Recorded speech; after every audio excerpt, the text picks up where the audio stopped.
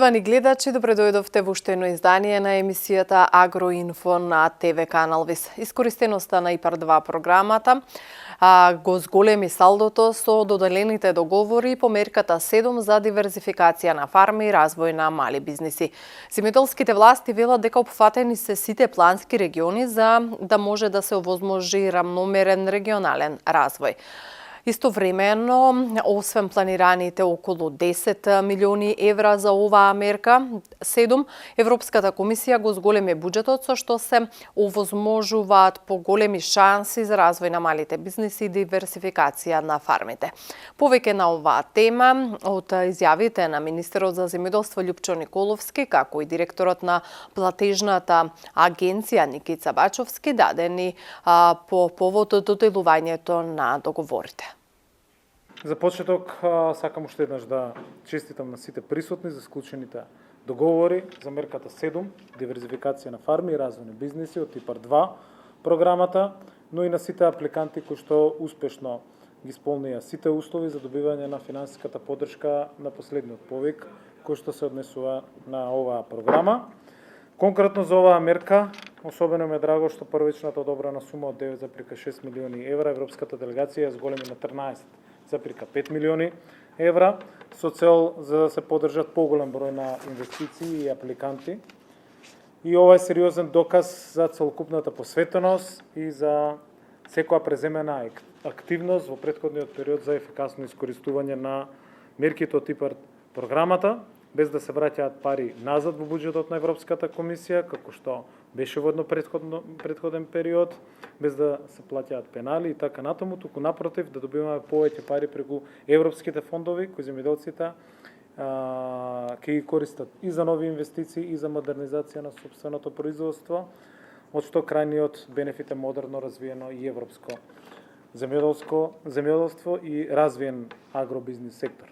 Мерката 7 има широка примена и по принципот на кофинансирање нуди поддршка за најразлични инвестиции во повеќе области и сектори. На последниот јавен повик одобрени се околу 110 апликации за кои е предвидено вкупна финансиска поддршка од 13,5 милиони евра, а вкупната вредност на сите овие инвестиции е 22 милиони евра.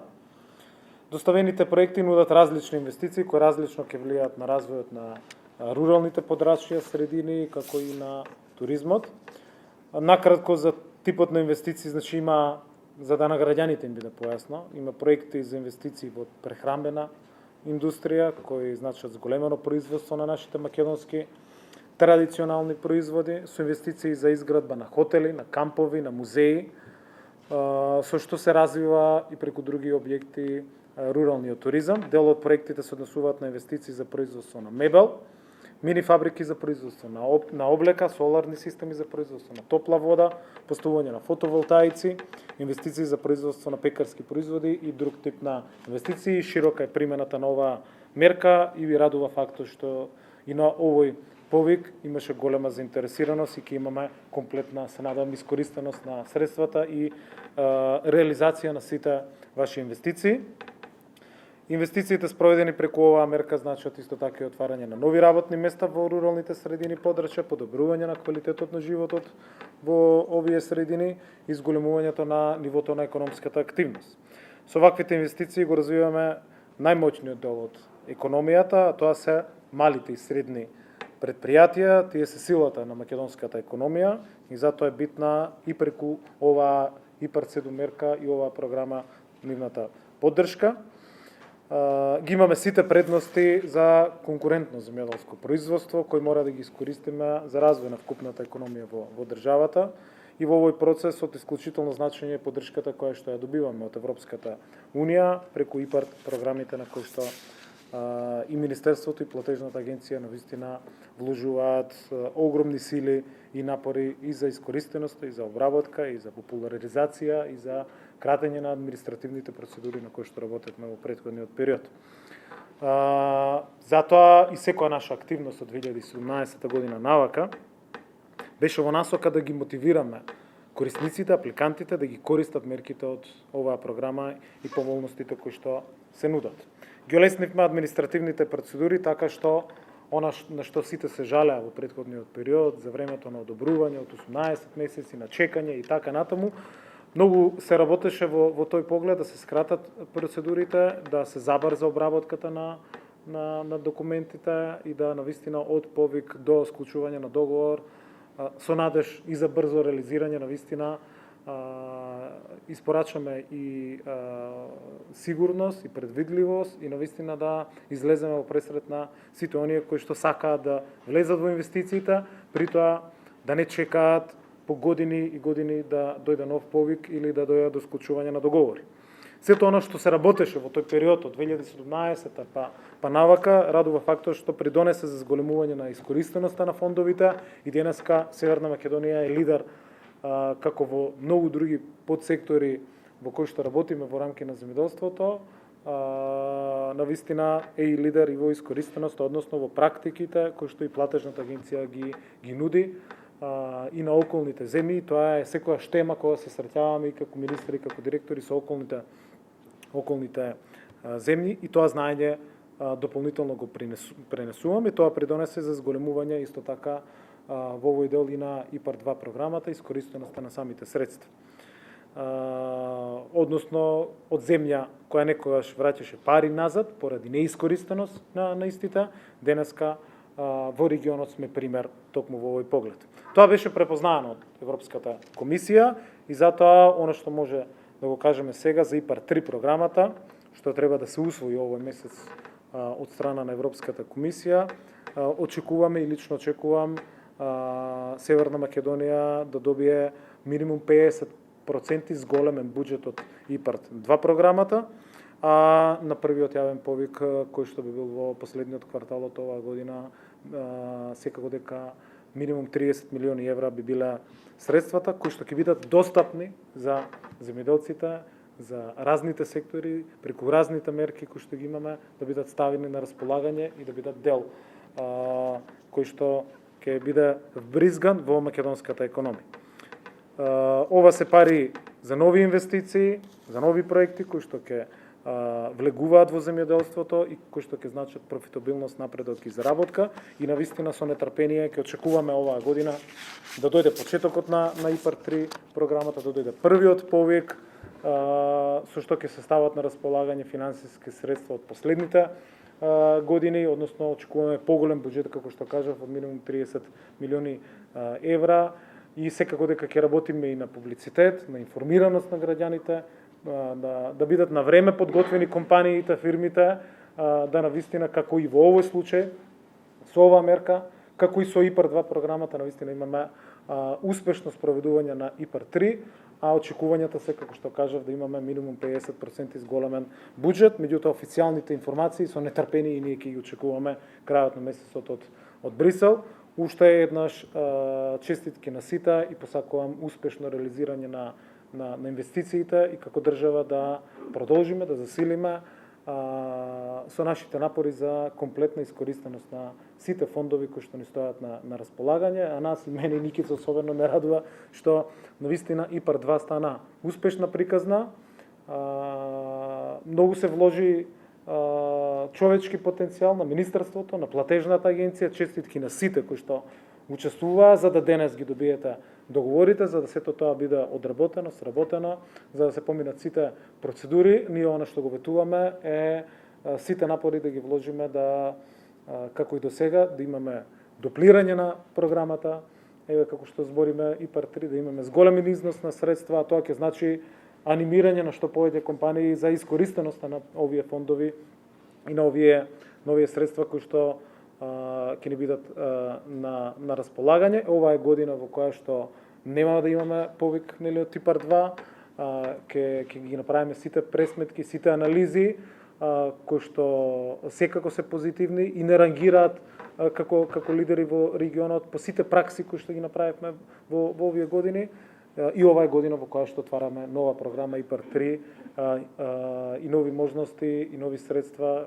кои што како пари на европските даночни обврзници заедно со кофинансирањето на нашата држава верувам дека ќе бидат значени за подобрување на целокупниот сектор. Уште еднаш благодарност до платежната агенција, до сите кои што работеа на обработка на сите апликации и на сите вас како корисници.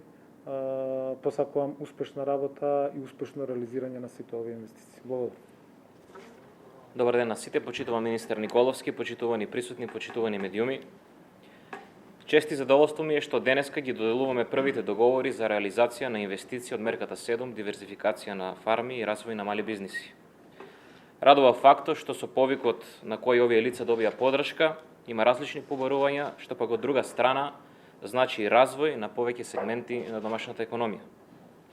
Со помош на средствата од ИПАР 2 програмата, ќе се реализираат инвестиции во сместувачки капацитети за развој на руралниот туризам, инвестиции во обезбедување на ветеринарни услуги во рурални средини, инвестиции во производство на ПВЦ столарија, производи од метал, бетон, дрво и текстил, а дел од апликантите ќе набават и опрема за производство на прехранбени производи и јалоци. Соодветните апликанти кои се јавуваат како физички и правни лица доаѓаат од различни делови на државата, што оди во насока на обезбедување на рамномерен регионален развој пред се од економски аспект. Со искористување на финансиските средства од мерката се развиваат руралните подрачја, а се отвараат и нови работни места, со што се зајакнува економската моќ и на локалното население и на регионот. Преку сите мерки од ИПАР 2 програмата до денеска вкупно одобрени се 2257 проекти со вкупна вредност на инвестициите од над 69 милиони евра.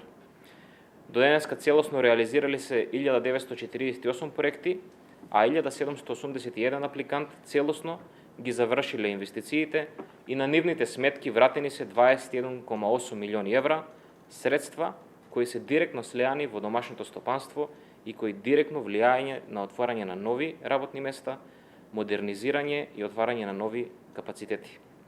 Ова се сериозни средства преку кои го модернизираме македонскиот земјоделец и развиваме македонските микро и мали предпријатија како главен мотор на домашната економија. Искористувањето на средствата од ИПАР програмата се значени за сите. И за вас како земјоделци и бизнис заедница, но и за нас како надлежна институција која е една од алките за спроведувањето на ИПАР програмата. Само со правилно искористување на средствата кои не се дадени на располагање, може да покажеме дека Северна Македонија е подготвена за пристапување кон европското семејство. Како држава покажавме исклучителна сериозност во управувањето со инструментот за предпристапна помош за рурален развој. Резултатите се препознаени од нашите партнери, но најважно е што бенефитите и придобивките силно се чувствуваат помеѓу нашите граѓани како крајни корисници на европските средства. Модернизацијата на земјоделскиот сектор и зголемувањето на конкурентноста на македонската економија и понатаму ќе останат во фокусот на ИПАР програмата. Цврсто веруваме дека со поддршка на инвестиции во руралните средини ќе добиеме зголемена економска активност, профитабилни бизниси и нови работни места. Зголемената цена на чинење на енергијата, енергетската криза ги намали површините под земјоделство. Земјоделците и откупувачите сметаат дека цената на земјоделските производи во текот на целата година ќе биде висок. Цените на зеленчукот оваа година нема да бидат багателни. Вака сметат трговците кои се занимаваат со откуп, па ги следат и економските текови во регионот. Според Благој Витанов, откупувач, влијание има енергетската криза, но и намаленото производство во земјава, заради што тој бил приморан да врши откуп за странски пазари и од соседна Албанија. Оти во Струмичко, од година во година, значително се намалени произведените количини на зеленчук. Кратката краставица, уназад 10 години, беше топ артикал која се произведуваше во Струмичка Котина со во милионски килажи. Сега нема 1 кило кратка краставица во Струмичко. Доматът, втор артикал. Ако репер земе 10 години пак назад, кај се произведувало во Струмичка котлина, сите села некаде околу 200.000 тони, сега се произведуваат 50.000 тони. Сето тоа влијае. Плюс, што младите избегаваат да се занимаваат со земјоделие. Земјоделците веќе најавија дека им се зголемени трошоците за производство заради високите цени на репроматеријалите, што значи дека ќе излезат на пазарот и со повисоки цени. Но според нив најголемата улога ја имаат трговците и откупувачите, со кои треба да се седне за да има прифатливи цени за сите.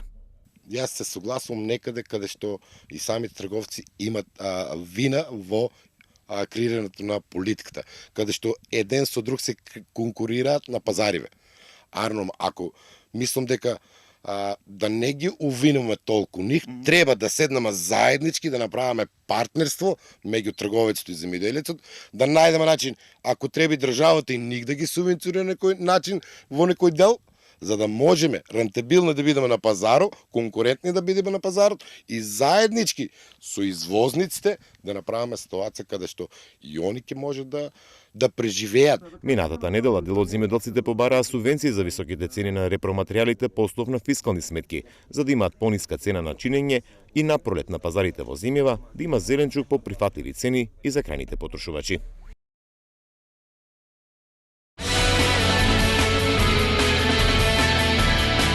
Како што знаете, во земјоделската емисија редовно простор за стручните совети кои што за вас земјоделците ги дава Игор Ивановски, магистар по земјоделски науки. Добар ден, почитувани. На почеток на денешната емисија повторно разговор или презентација има господинот Табанов од Фитобест. Господин Табанов, за денешниот прилог или за денешната емисија, што би сакале да истакнете? Добар ден. Сакам да истакнам, бидејќи сега период на сеидба на куртова капија, ние имаме одличен хибрид куртова капија, кој се вика Напока F1. Значи станува збор за куртова капија со индетерминантен раст, кој што е погодна за одгледување во затворени простори и на отворено. Значи станува збор за куртова капија хибрид, кој што е многу родна, има плодови, должина на плодови од 18 до 23 см, ширина на плодови од 5 до 6 см, значи се одликува со тврсто, јако растение, кое што, како што каже, веќе е многу родно и е отпорна на стресни услови, како и на микропукање. Кога станува збор за плодот, голем број на производители со право очекуваат и квалитет на бојата на плодовите. Каква боја имаат плодовите на Напока? Значи, плодовите на Напока F1 поминуваат од темно-зелена боја во темно-црвена боја, кој што исто така плодовите се одликуваат и со лесна љупливост, односно лесно се лупат, така да таа е одлична за свежа консумација, како и за преработка. Благодарам, господине Табанов. Ние, почитувани, ќе го продолжиме прилогот или денешната емисија, исто така ќе посветиме за еден од производите на Агроуник, каде што овој пат ќе зборуваме за од Никаферт кристални ѓубрива. Карактеристично за кристалните ѓубрива од Никаферт е тоа што има голем број на комбинации, почнувајќи од ова 12, 36, 12 со микроелементи, преку 3, 20, 30, 10, 10 и други. Значи, комбинациите се класифицирани во доминантни азотни компоненти, покрај НПК комбинација, кај што азот е доминатен, пота НПК комбинација, како што е тука доминатен фосфор, и НПК комбинација, каде што доминатен е калиум.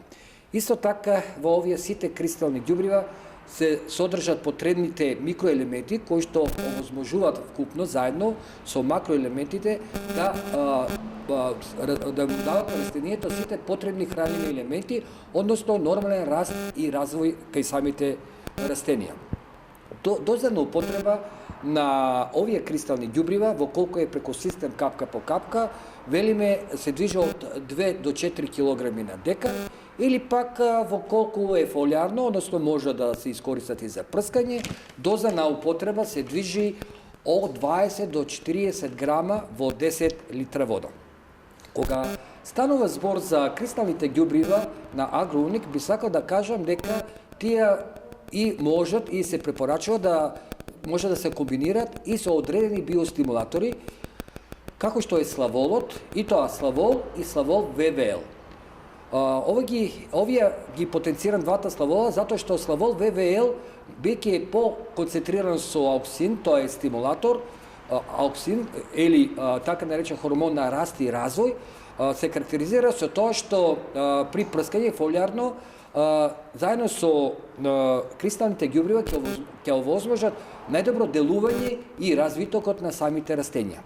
Додека пак во колку кристалните ѓубрива се употребуваат преку систем капка по капка и каде што сакаме да го зајакнеме деслото на самите кристални ѓубрива, односно да се добие подобро десло во однос раст, развој, плододавање или еве сега зелката побаво мотење на главата или подобри развитокот на лисната маса и така натаму, тогаш кристалните ѓубрива можеме да ги комбинираме со славолот и тоа во концентрација или во доза од 1 литар на декар. Ова, почитувани гледачи, е сосема кратко што сакав да обрнам внимание и јас за денешната емисија, која и овој пат, како и многу пати досега, ја снимаме овдека во просторите или во аптеката на Нанотим трговија, Струмица, односно пред Дабиле, кој што исто така се занимава со откуп на земјоделски производи.